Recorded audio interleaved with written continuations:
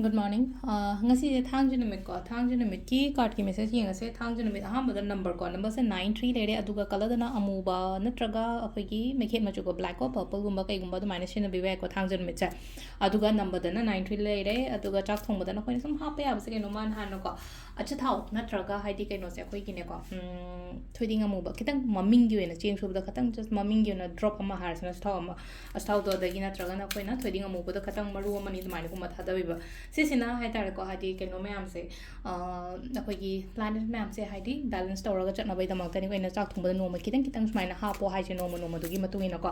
अदुदम लैरे अदो हामबदा कोइ कार्ड की मेसेज येंगसे अदुगा टाइमिंग अफबा साइपे येंगसे को ngasi गयना टाइमिंग अफबा कै कै लेके हाइबदो अदुमाइ येंगसे अदुगा सैटरडे ने यारिङै cleansing तौबिबो खोपिबा थांजन मिटकी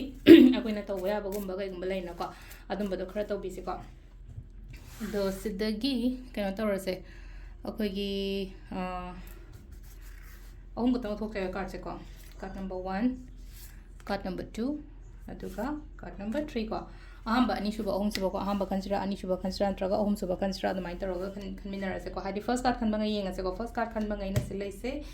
imung manung yamna nushina na leiba adumai hadi imung shanti da leiba oina oiba do ngasi se hadi khana ba chaina ba gumba kemte yaw da ba imung manung pun ba oiro ahana mani ma baba ke ka leina ko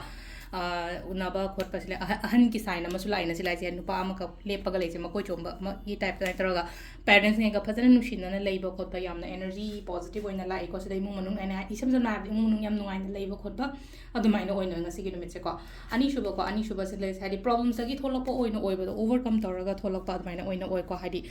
matha charame na khale se ngarang na hanse matha am sai na khale ngasi ga dikhra ne na ta ba ko pat mai taroga aduga last ki number 3 ko number 3 gan bangai se hai thabak yam chin gani ko hadi balance obada khatang wab oina oiba do kadum da bu han chattoino kari bu han na tawdoino khotoino haiba ge adugi matha khatang saba khot pa mai taro le ko adubu balance tawbadi ngam gani ko aduduna thabak su leina ko thabak very important su oiba do mai taro aina khaliba mayam se ko se sina ko hit card ki message le ko timing se ki pung 3 ka minute 13 taina 9 ga minute 9 phong le ko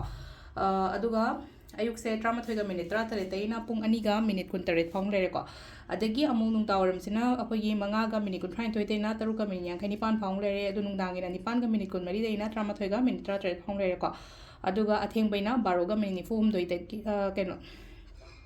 atheng bagi se 13 ga minute ta keno